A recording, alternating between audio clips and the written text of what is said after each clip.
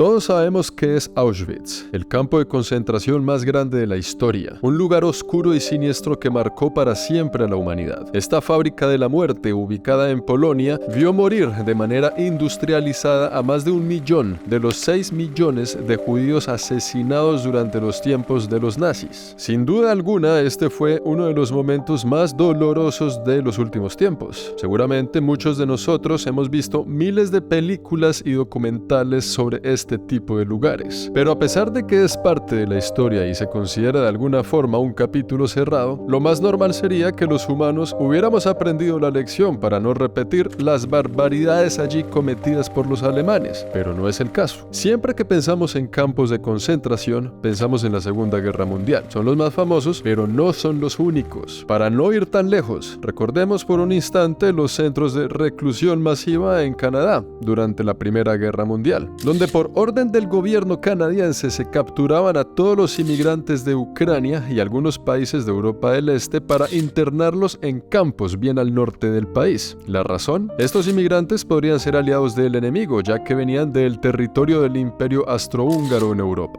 En Canadá se capturaba y controlaba a todo aquel que fuera de descendencia ucraniana sin importar nada más. Solo por su país de origen era suficiente para juzgarlos ante la ley. Las condiciones en Canadá tal vez no eran las mismas. No hay evidencias de cámaras de gas, pero sí de trabajo forzado y, lo más importante, de la privación de la libertad.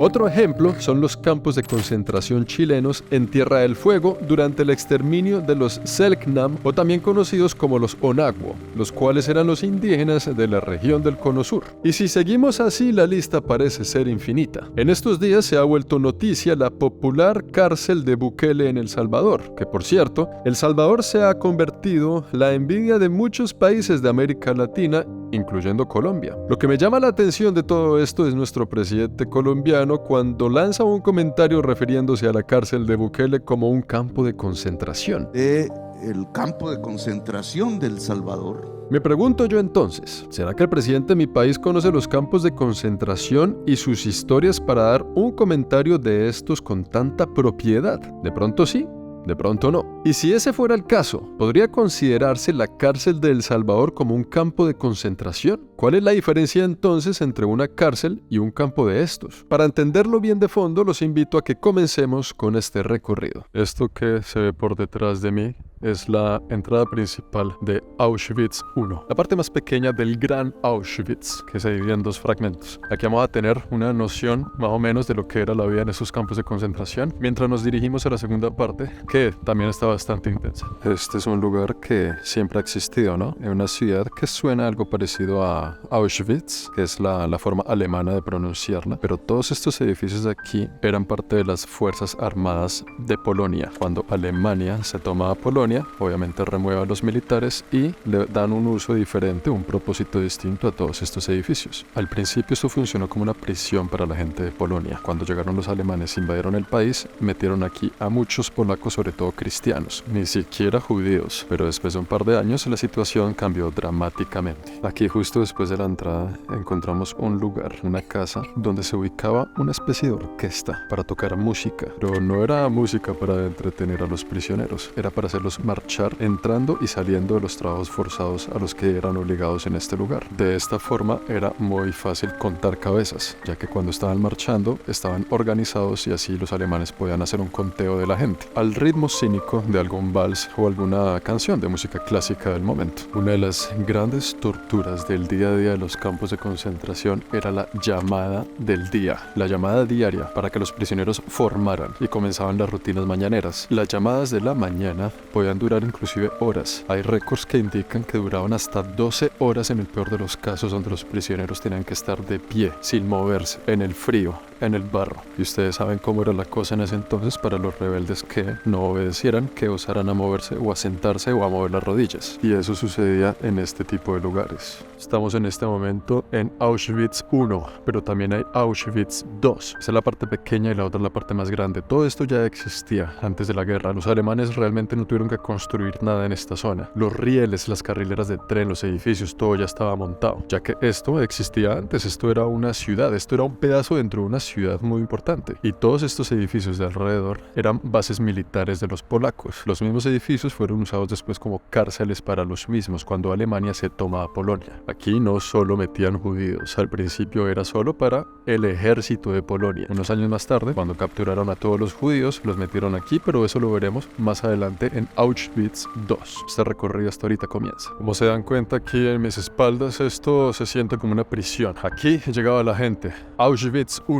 Y aquí conectaban por medio de una vía de tren con Auschwitz II, donde quedaba pues el gran campo de concentración, la parte más grande. También donde se concentraban la gran mayoría de cámaras de gas y de salones de cremación para deshacerse de los cuerpos de los judíos que ahí mataban. En esta zona de aquí también había una gran cámara de gas, que si no estoy mal es la única que no ha sido destruida y que sigue intacta hasta el momento. Esto es un museo que se siente algo extraño de visitar, algo raro se siente uno aquí como explorando esta zona pues por todo lo ocurrido, ¿no? Pero bien dicen por ahí que el que no recuerda su historia está condenado a repetirla, por eso es importante conocer todos estos sucesos de la historia. A este lugar de Polonia, en este justo campo de concentración, llegaron más de 1 millón de judíos. Este era el centro de operaciones y aquí deportaban a judíos de todas partes de Europa, desde Italia, desde España, desde todos los alrededores, desde Hungría, un país que al principio de la guerra tuvo relaciones políticamente correctas con los alemanes. Entonces los alemanes dejaban que los húngaros decidieran qué hacer con sus judíos, pero después por asuntos políticos ya no eran tan amigos después de todo, y los alemanes entraron a Hungría y desocuparon ese país y lo metieron aquí en este campo de concentración. Aquí llegaban los trenes cargados de gente y aquí mismo los dividían a las familias. Dentro de estos edificios, que también son museos hoy en día, se ven algunas fotografías reales de la época. Estas fotografías no muestran indicios de violencia y se dice que son más que todo fotografías de los nazis para propaganda política. Por eso se ve todo organizadito, todo limpiecito, todo sistemático. Pero como todos sabemos, la cosa era un poco más violenta que eso. Cuando llegaban aquí, dividían a las personas, dividían a las familias, mujeres y niños, hombres. Y de aquí salía un tren directo al campo de la muerte, que se encuentra justo aquí en Auschwitz II, que es lo que les voy a mostrar más adelante. Eran los que se iban directo a las cámaras de gas. ¿Cómo hacía un nazi en ese momento aquí para escoger? Porque se escogía a dedo. Usted va a la cámara de gas, usted no, usted sí, usted no. Sin decirles que iban para allá. Los tenían engañados, como si los fueran a bañar. Pues los nazis los escogían por el look. Tenían algunos parámetros. Por ejemplo, la edad. Ellos necesitaban más que todo gente joven y fuerte para trabajo forzado. Todos los niños que lucían de 15 años para abajo, o todas las personas de 45 para arriba, mujeres embarazadas, o personas que tuvieran algún impedimento físico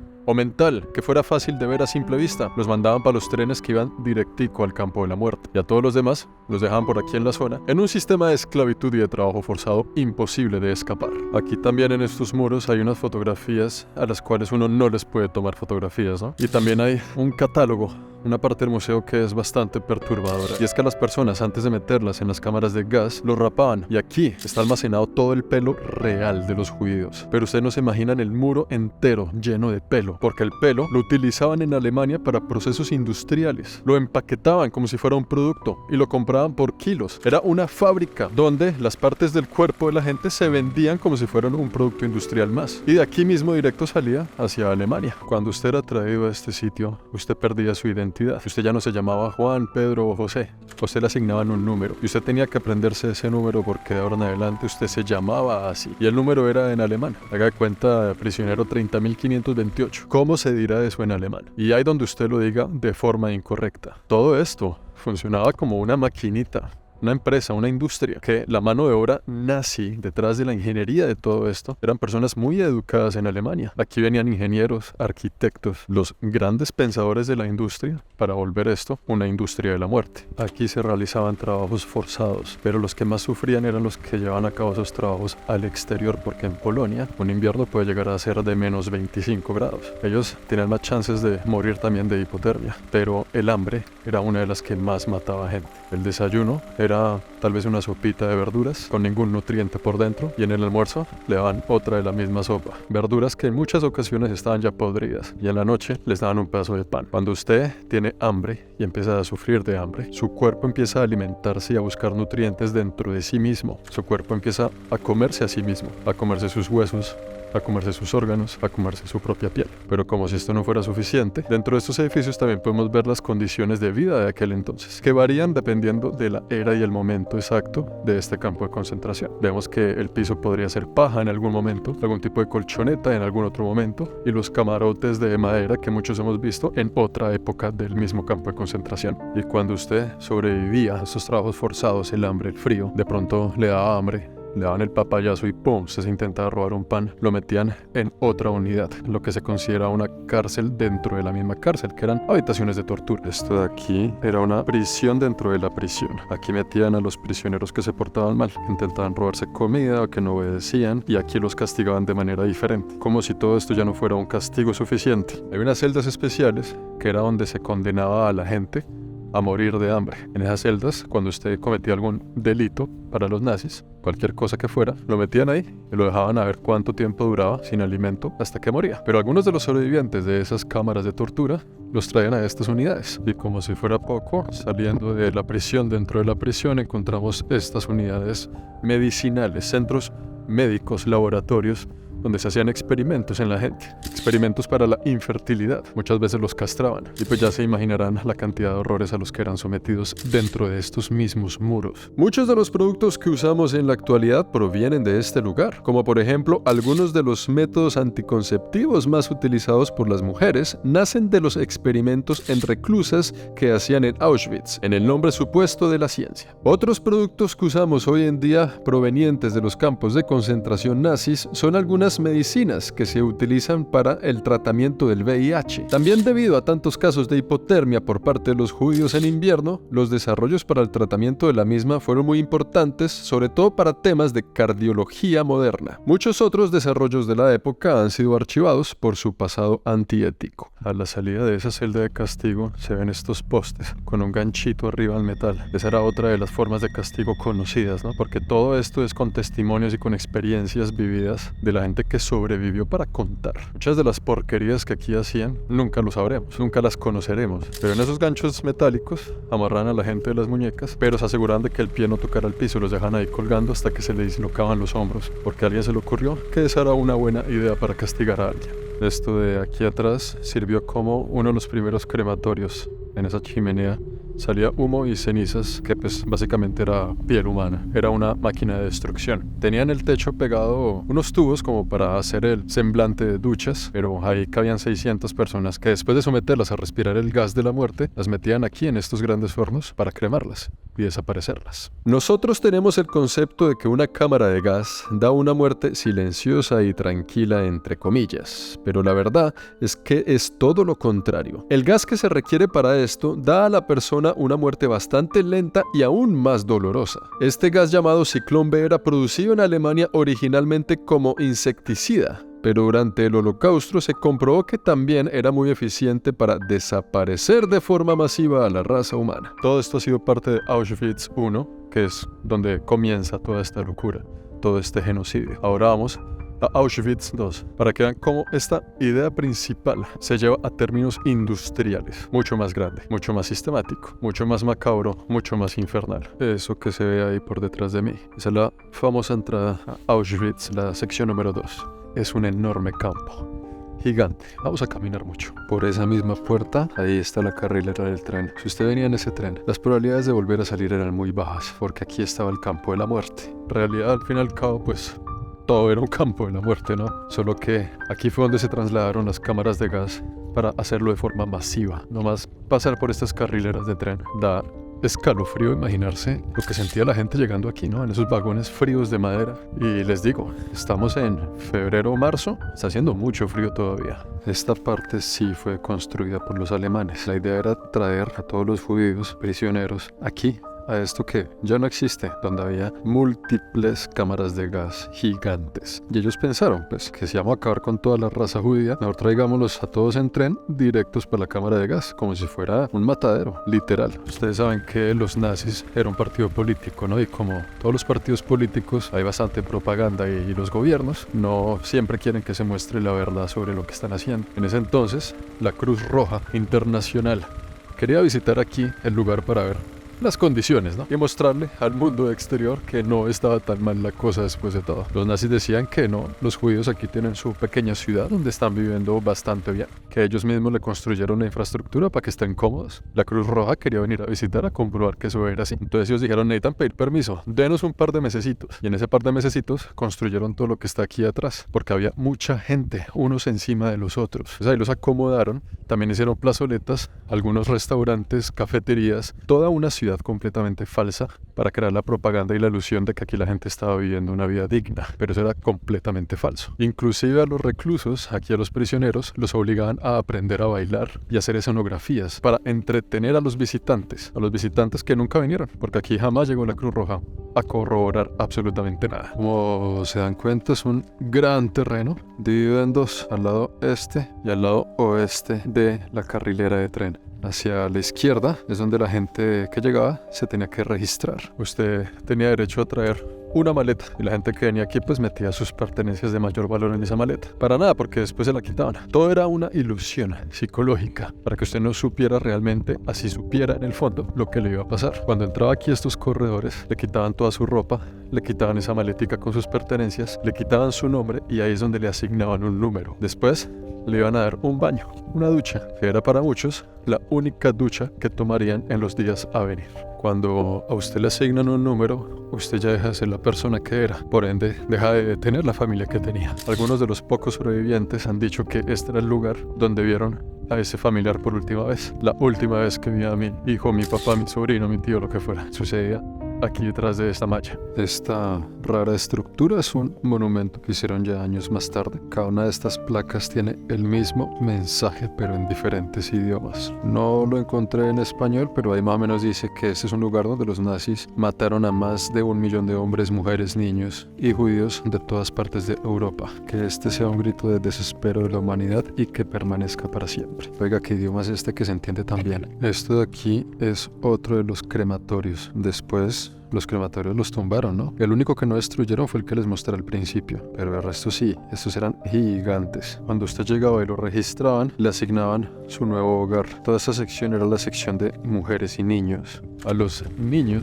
que se enfermaban, los trasladaban a otro departamento. A las mujeres que se enfermaban, para otro departamento. Las mujeres que podían trabajar, las llevaban a sus salones de oficio. Muchos dicen que lo mejor que a usted le podría pasar era pues nunca enfermarse y siempre poder trabajar, porque donde lo pillaran vagando por ahí o cojeando o con alguna enfermedad o cosa rara, donde lo vieran sin fuerza para laborar, ustedes ya saben. Este de aquí es un ejemplo de los recintos donde tenían a esta pobre gente durmiendo. Espero que estén preparados porque lo que vamos a ver no es nada fácil de digerir. Estas eran las edificaciones donde la gente dormía. Como vemos, eran camarotes de varios pisos. En cada uno de los niveles no dormía una persona o dos, dormían cuantas personas cupieran por cada pedacito. En invierno eran lugares muy fríos, contaban con un pequeño horno que no era suficiente para calentar todo este edificio. En verano hacía tanto calor que el edificio se convertía en un horno. El sistema de ventilación era bastante pobre, respirar ahí dentro era casi que imposible. Cuando llegaba la noche, cerraban por fuera y dejaban a todas las personas ahí metidas encerradas, sin tener la oportunidad de salir a los baños comunitarios. Les dejaban una ollita para hacer sus necesidades básicas. Las condiciones de salud y de higiene eran bastante pobres, lo cual hacía que hubiera muchas enfermedades, muchas infecciones y también ratas. Las ratas que a veces en la noche mordían a las personas que estaban ahí apiñuscadas unos encima de los otros, creando así más enfermedades y aún más infecciones. La gente no comía, tenía frío, estaban demasiado enfermos, tan enfermos y tan débiles que era prácticamente imposible caminar. Es muy difícil saber a ciencia cierta cuánta gente sobrevivió a Auschwitz, sobre todo esta parte de aquí que también se conoce como Birkenau, pero cuando se acabó la guerra, cuando liberaron a las personas que quedaban aún vivas, muchos de ellos difícilmente podían caminar, muchos de ellos difícilmente tenían la fuerza para salir por la puerta, para decirle adiós para siempre a este horrible lugar. Dicen que la guerra saca lo peor del ser humano, y aquí están este tipo de lugares, como una cicatriz para recordar de lo que somos capaces, para venir aquí y sentir también el dolor de la gente que estuvo aquí encerrada, para recordar las barbaries aquí cometidas, para recordar lo aquí vivido y para tener cuidado de nosotros mismos. Porque así tengamos estos ejemplos de un pasado oscuro de la humanidad, hoy en día, pleno año 2023, seguimos viviendo experiencias bastante similares, bastante parecidas. Aquí concluye el recorrido por Auschwitz, pero nos falta un poco más para concluir asimismo el tema de América Latina. ¿Será que tiene razón el presidente de Colombia al llamar la famosa cárcel de El Salvador un campo de concentración? Veamos las diferencias. Una cárcel es una institución en la que se encierra a personas que han sido condenadas por un delito específico después de un juicio justo. Las cárceles están diseñadas para mantener a los prisioneros en entornos controlados, pero también para rehabilitarlos y prepararlos para su eventual reintegración a la sociedad. Los prisioneros reciben acceso de atención médica, educación y otros programas de apoyo para ayudar en su recuperación y reinsertarse a la sociedad. Un campo de concentración, por otro lado, es un lugar donde se encierra a un gran número de personas, generalmente sin un juicio justo o debido proceso. Los campos de concentración se utilizan a menudo para detener y oprimir a grupos específicos, como prisioneros de guerra, minorías étnicas o religiosas, o personas que se consideran peligrosas para un régimen. En estos campos, los prisioneros a menudo son sometidos a condiciones brutales, trabajo forzado, malnutrición, tortura y en algunos casos el exterminio. En resumen, desde que haya un juicio justo para el tratamiento de un delito, no se considera un campo de concentración. Así que en teoría, lo que dice mi presidente no tendría validez. Yo festejo junto a los habitantes de El Salvador por sus logros en temas de seguridad para el país. ¿Qué más quisiera yo? Ver a mi patria celebrar por lo mismo algún día. ¿Será la gran cárcel de El Salvador la respuesta? Supongo que en este caso, solo el tiempo lo dirá. Por ahora, saquen ustedes allá sus propias conclusiones.